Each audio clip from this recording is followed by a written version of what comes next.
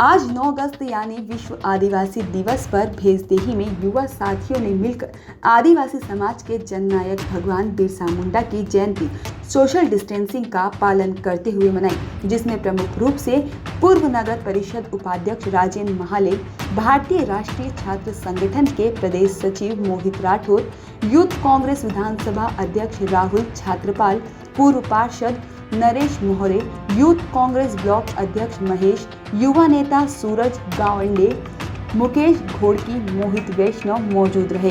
इस विषय पर भारतीय राष्ट्रीय छात्र संगठन के प्रदेश सचिव मोहित राठौर जी ने कहा कि आदिवासी समाज ही एक ऐसा समाज है जिसने पूरे विश्व में जल, जंगल एवं जमीन को बचाने में अपना महत्वपूर्ण योगदान दिया है। आज भी भारत देश में जो जंगल बचे हैं उनकी रक्षा करने में आदिवासी समाज का बहुत बड़ा योगदान है। आदिवासी समाज ही एक ऐसा समाज है जो अपनी संस्कृति को आज भी जिंदा रखकर समाज के कल्याण में अपना महत्वपूर्ण योगदान दे रहा है। सर्वप्रथम मैं 9 अगस्त बिरसा मुंडा जी की जयंती पर माल्यार्पण कर हम सभी साथियों ने युवा कांग्रेस के माध्यम से माल्यार्पण कर जयंती मनाई गई, क्योंकि यह भारतीय संस्कृति से जुड़ी हुई चीज़ है। और संयुक्त राष्ट्र संघ ने निर्णय लिया था कि भाई 9 अगस्त को मूल निवासी आदिवासी दिवस, विश्व आदिवासी दिवस मनाया जाए, ऐसा निर्णय लिया गया। और सभी भाई लोग एकजुटता के साथ आदिवासी दिवस मनाते हैं। सभी भाइयों को सेवा जोहर, जय सेवा।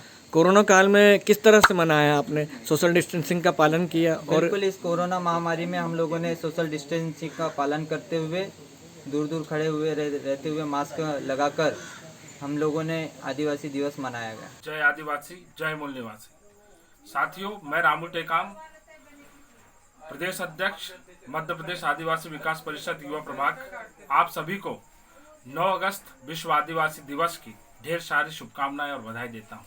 साथियों, हमारे लिए ये गौरव का विषय है जो इस देश का, जो इस विश्व का मूल निवासी है, उसकी सभ्यता संस्कृति को कैसे संरक्षित करना है, उसके लिए 178 देशों ने संयुक्त राष्ट्र संघ की बैठक में आए वैज्ञानिक, विचारक, अर्थशास्त्री और अलग अलग साहित्यकार लोगों को बुला करके बैठक किया गया, चिंतन किया गया और उसमें निर्णय लिया गया कि अगर हमको पर्यावरण को बचाना है, यदि हमको सृष्टि को बचाना है, तो हमें आदिवासियों की संस्कृति को भी बचाने की आवश्यकता है।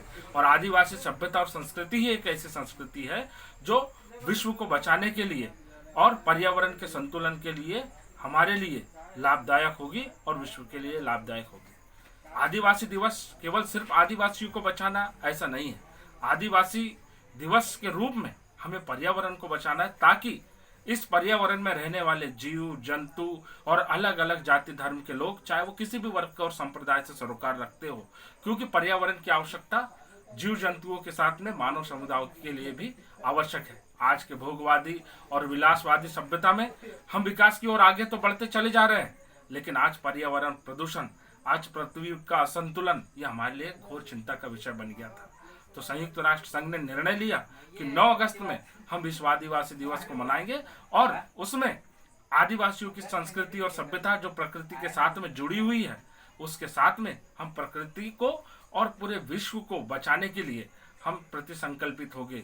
और साथ में आदिवासी कैसे संरक्षित होगा, कैसे सुरक्षित होगा, तो 9 अगस्त विश्व आदिवासी दिवस के दिन उनके मौलिक अधिकार जो संविधान में दिए हैं, ये उनको जन जागरण के माध्यम से विदित हो और गांव गांव तक पहुंचे। साथियों, आज कोरोना महामारी का दौर चल रहा है और लॉकडाउन भी है, और ऐसे समय में हमें शासन प्रशासन के नियमों का भी ध्यान में रखते हुए हमें जो विश्व स्वास्थ्य संगठन ने जो निर्देश जारी किए हैं कि मास्क लगाना है, सैनिटाइजर का उपयोग करना है, सोशल डिस्टेंस का पालन करना है, तो हमें सोशल डिस्टेंस का पालन करते हुए पूरे मध्य प्रदेश में और पूरे भारत देश में और विश्व में हमें 9 अगस्त विश्व आदिवासी दिवस का पर्व मनाना है।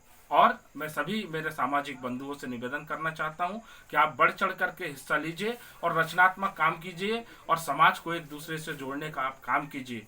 और 9 अगस्त विश्व आदिवासी दिवस के दिन आप हर्ष उल्लास के साथ, जैसे हम दीपावली का त्यौहार मनाते हैं, ऐसे दीपक जला करके सादगी पूर्ण तरीके से भाईचारे के साथ हम इस पर्व को मनाएंगे।